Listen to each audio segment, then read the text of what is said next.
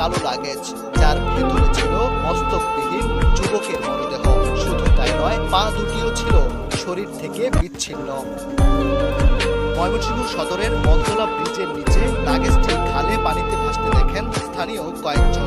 সন্দেহ জাগতেই আতঙ্ক ভর করে তাদের মনে, কেননা খালের পাশে মাটির উপর পলিথিনে মোড়ানো একটি মানুষের মাথা দেখতে পান তারা। মুহূর্তেই শিহরণ জাগানো অস্থিরতা শরীরে কাঁটা দিয়ে ওঠে।